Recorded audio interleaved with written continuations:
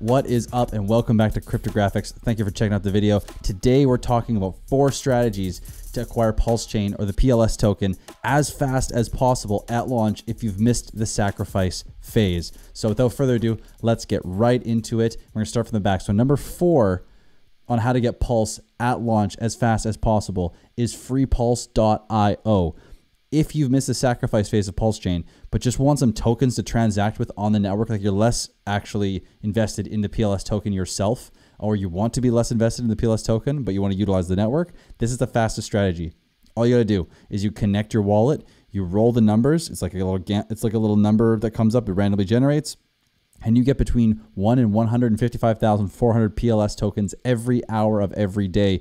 And judging by the testnet transactions, it's like 0.0001 to 8 of a single Pulse token for a transaction. So it's super low fees, so you will be good for a while. It's unlikely that you'll win millions of PLS, but I mean, if you win the maximum bonus 10 times, right, and you're doing it, let's say you're really going for this and you do it like 5 times a day, you know, you have a lot of chances to potentially win this. If you win 10 times over a year, that's 1 million tokens. It's over 1 million if you win the max bonus. So, I mean, keep trying, because this is a way to get some Pulsechain too, and it's super simple. You don't even have to time the market. You will have to time it because it's not available now, and it will only come out when Pulsechain is live, but it's not nearly as hectic as what we're going to talk about. So that's number 4. Let's get into number 3, and that is purchase as people take profit. So with all the hype surrounding Pulsechain right now, it's likely we'll see a steep price movement in the initial hours, days, and months after launch. Specifically, though, we're talking about the initial hours and days up to like about a week here with this. Many people will likely see the price move up and then will want to take some profit at a 2 or so X, roughly, or maybe 3 or 4 or 5X. But either way, it'll get up to a point where people will start to see their profits go up so high that they'll want to take some profits.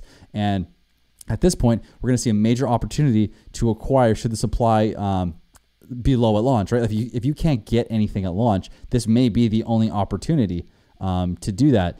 And so expect the volatility and capitalize on the volatility. And for comparison, I know the last video was about how we're different than ETH, but this is just how we've seen lots of launches where the price will go up and then it will come down. So let's look at the ETH chart, for example.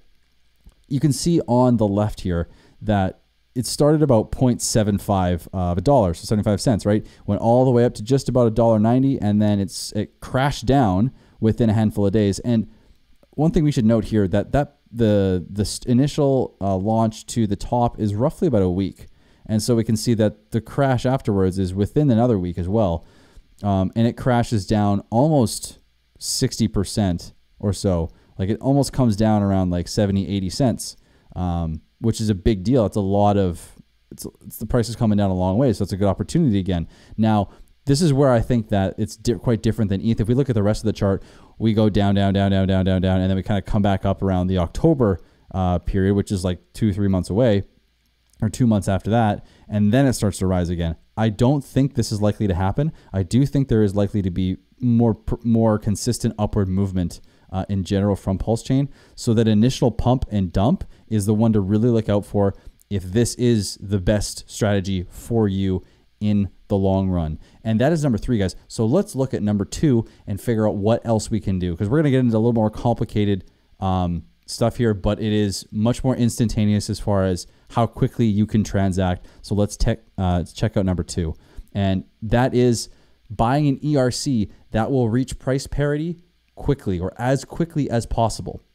So by buying an ERC20 that you think will likely reach parity, price parity, meaning when you get that airdrop from or on Pulsechain, let's say the price of like Shiba Inu on Ethereum will equal what Pulsechain Shiba Inu is worth. They'll be like both be at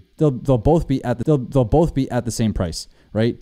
And so once fiat is bridged over to the network, by doing this and having something that you think is going to basically reach parity, you're ensuring that you have the most possible value to trade with on the Pulsechain network when the airdrop happens, right? And as a reminder, the world's largest airdrop gives a 1-to-1 copy of all ERC20 tokens that are held onto the Pulse and basically copied over to the Pulsechain. So you'll get a copy of that. Now, You also ensure that you will have at a minimum the tokens already on the Pulsechain network without having to bridge them over if the price doesn't reach parity. Like you'll have something to work with just like that. You'll have tokens there. But how do we figure out how likely it is that something actually reaches parity and goes from zero value to the same value that it is on the opposing chain? So let's take a look at this. Look for a community that is highly aware of and excited for Pulsechain.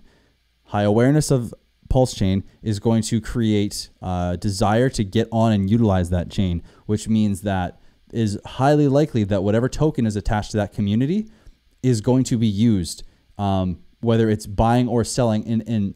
In this case, I believe it's going to be buying, because I think a lot of people are going to want to come over to Pulsechain. A lot of people that maybe were priced out specifically, and it opens up the market to basically everyone again. And it doesn't have that cutoff where if you don't have X amount for gas fees, you can't get in. You're kind of just bought out. You don't have the money for it, right? So I think a lot of people will want to do that. Also, people will want to double their stacks, you know, because your bonus will go, unless you're staking for 10 years, then it doesn't really matter because your bonus is your bonus.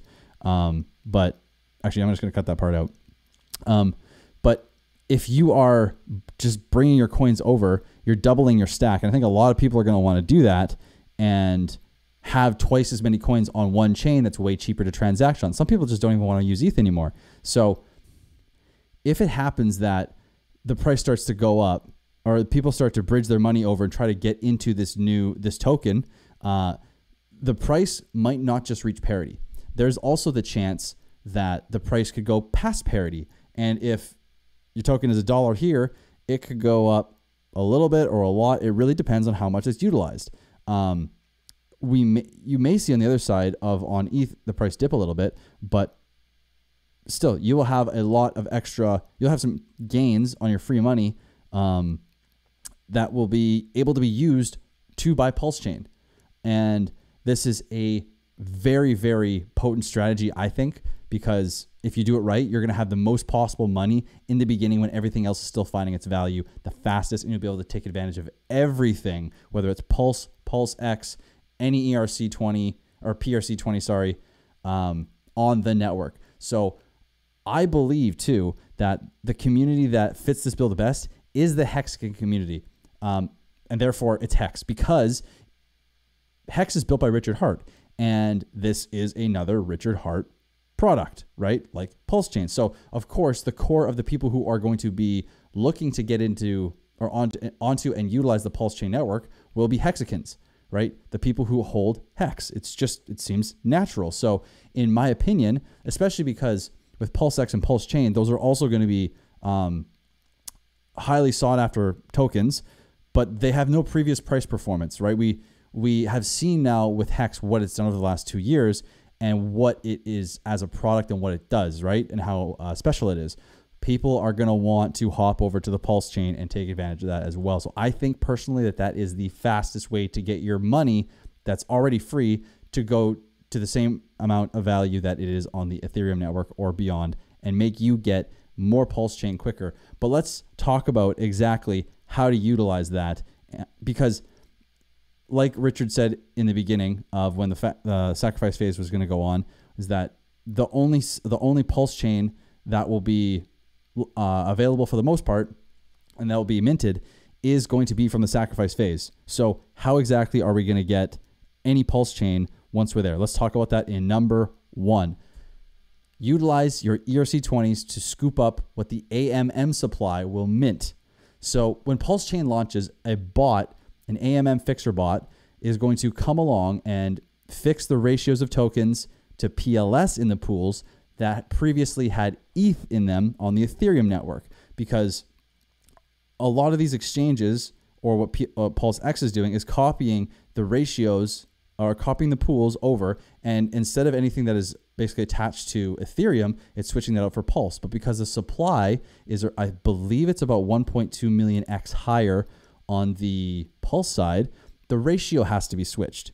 And so because of that, the bot is going to need to mint approximately 1 to 2% of the total supply to be placed in these pools on PulseX. So that means we're going to have a massive opportunity to get PLS at the lowest potential price we may ever see.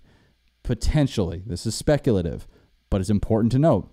So we might see about 1.3, or if it's 133 trillion roughly total supply, 1 to 2% would of course be 1.3 trillion, something along those lines. Anyways, so still, that's considering how much is already minted. That doesn't seem like a lot. And for how many people miss the sacrifice, you're going to want to use this technique as fast as possible to make sure that you lock in an opportunity to get some of that 1 to 2% before it's gone, because it will go. But there are two ways to purchase this, most likely. The first is to trade the ERC20 tokens. That's supposed to be tokens, not coins. Typo. Before there's any value on the Pulsechain network. This might be a scenario where the Pulsechain goes live and the bridges aren't open yet, but all of the tokens that have been airdropped, PulseX and Pulsechain, are all live. The tokens on the PulseX are all live, and the pools have tokens in them. And you may be able to trade at a rate. I don't know how this part would work, but you may be able to trade token A for token B without value. It would be based on a ratio.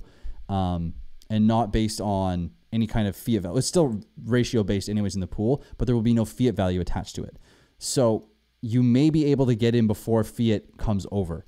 It's an option that might happen, so keep your eyes peeled for it. But the downsides are you might be very limited on how much you can trade due to lack of value being attached to each token. It just might not happen in general because this is speculation and we don't know the timing of how fast things are going to go from launch to bridge open, fiat value over, and then boom, markets open.